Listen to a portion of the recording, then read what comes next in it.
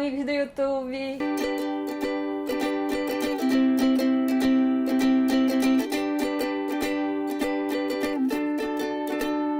O vídeo de hoje ele é derivado de uma CR que eu fiz lá no Twitter sobre a saga dos Heróis do Olimpo. Antes de tudo, eu só quero dizer que minha defesa não foi proposital eu estar com uma blusa do Harry Potter falando de um vídeo sobre Percy Jackson. Quem me conhece sabe que eu sou fã das duas sagas. Esse não vai ser um vídeo compridão, até porque eu quero só falar sobre os pontos que eu coloquei na minha CR, que eu achei tão legal que eu resolvi trazer aqui pro YouTube também.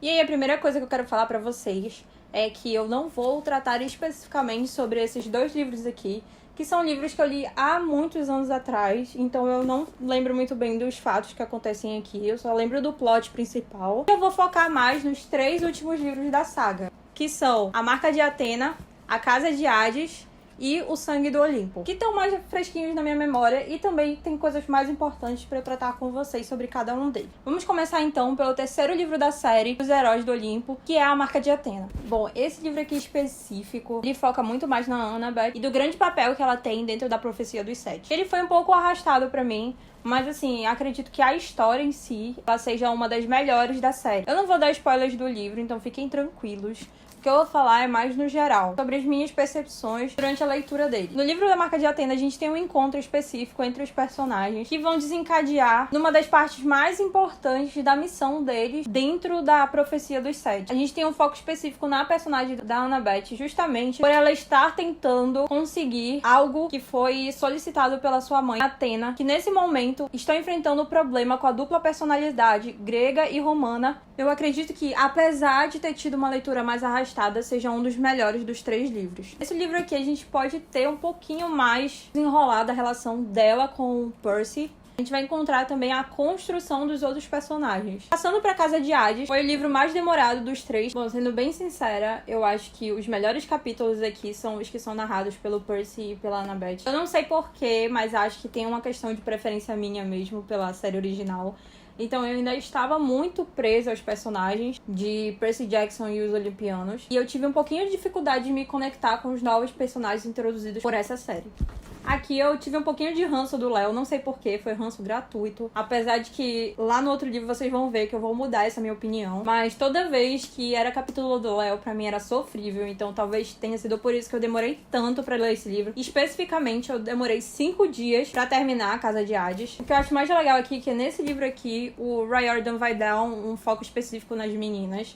E vai mostrar o quanto elas são fortes, independentes, e elas não necessitam dos meninos para cumprirem uma missão ou resolver algum enigma e desafio que elas encontram pelo caminho. É bem legal a narrativa do Riordan nesse livro aqui. Tanto a Piper quanto a Hazel e a Annabeth, elas se mostram muito autossuficientes e extremamente poderosas. Nesse livro aqui também tem um capítulo direcionado ao Frank. Eu acho que nesse momento aqui foi quando eu abri meu coração para os novos personagens. O Frank é um dos meus personagens favoritos dessa série. Ele tem uma capacidade de se transformar em animais. Eu acho que a forma como o Riordan desenvolveu ele como personagem através dos livros é incrível, principalmente nesse aqui, porque eu acho que foi o momento de virada de chave do personagem, onde ele passou a ter mais protagonismo na história. E convenhamos, né? Finalmente ele teve o destaque merecido. Voltando à questão do Percy e da Annabeth, eles estão presos em um lugar e a gente vê um pouquinho do sofrimento deles e se angustia junto com eles. Assim, eu sofri bastante, mas apesar disso eu me diverti bastante com a história e tive altas emoções.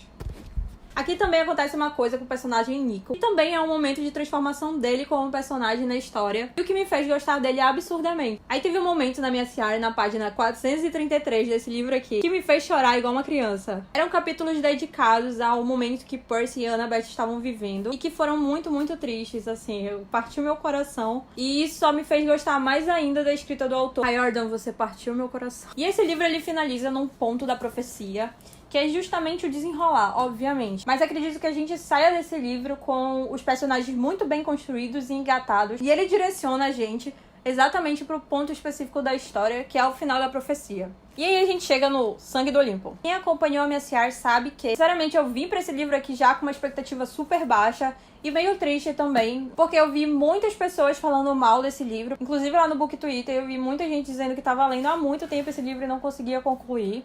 Apesar dele não ser um livro tão grande, ele tem 419 páginas. Eu peguei esse livro logo após terminar logo após finalizar A Casa de Hades. E aí, de início, eu já li 100 páginas. E eu só parei de ler porque eu tava muito cansada, mas a história, ela tava muito interessante. Como vocês podem ver, eu marquei bastante.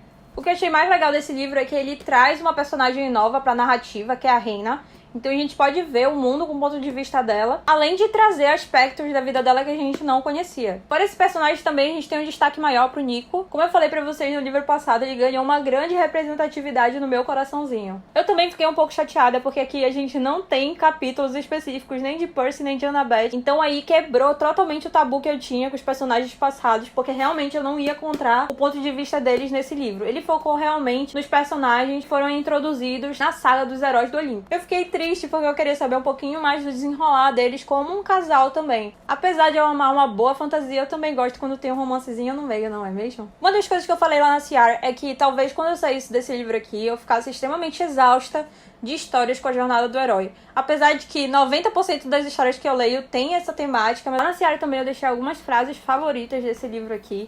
Eu sinalizei sempre quando fosse um spoiler muito importante pra história, então vocês podem ficar tranquilos, é só ver lá o sinalzinho do atenção. Eu sempre falo, um livro específico ele pode trazer diversas percepções pro leitor, diversas experiências. O importante nessa história toda é a gente se basear por aquilo que a gente lê, que a gente conhece. Porque muitas vezes a gente leva muito em consideração a opinião de uma pessoa e a gente deixa de ler o livro que a gente poderia gostar bastante. E foi o que aconteceu comigo. Apesar de eu ter recebido diversas opiniões negativas sobre ele, eu mesmo assim quis terminar a série porque é uma série que eu gosto, eu tenho um apego emocional pela história do Percy. Eu acompanhei ela durante a minha adolescência. Então eu tinha aquele sentimento assim de querer concluir a história. E eu quero dizer pra vocês que foi realmente incrível. Eu tô morrendo de saudade. Deixou aquele vazio que fica no nosso coração sempre que a gente termina uma saga. Aqui nesse livro também a gente encontra um Nico extremamente forte e seguro de si. Começa a ver que o personagem ele sai mais das sombras e abre mais o seu coração pros seus novos amigos. Aqui também a gente consegue explorar a relação de pai e filho dos deuses com os semideuses. Tem uma cena específica que mostra justamente esse relacionamento entre eles. Então leiam esse livro, gente. Sério, é um livro super bom, eu gostei bastante. Como eu falei pra vocês, a gente tem pontos de vista diferentes, então o que pode ser legal pra mim pode não ser legal pra você. Mas eu acredito que vale a pena a leitura. Aqui, como eu disse pra vocês, a gente tem o desenvolvimento de personagens que antes não tinham tanto destaque. Eu me apaixonei pela Reina, pela figura dela como pretora, pelo Nico e os poderes dele com o submundo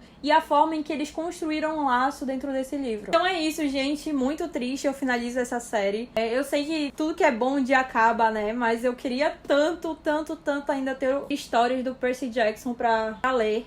Mas eu sei que foi finalizado assim de um jeito satisfatório. Eu acredito que as histórias do Percy Jackson, elas sejam bem ricas, até mesmo de conteúdo e informação, porque a gente aprende mais sobre a mitologia. Me deixou até com vontade de ler livros específicos sobre os deuses. Então é isso, galera. Eu espero que eu tenha passado um pouquinho do meu amor por essa série incrível. E me digam aí se vocês já leram, o que vocês acharam de cada livro.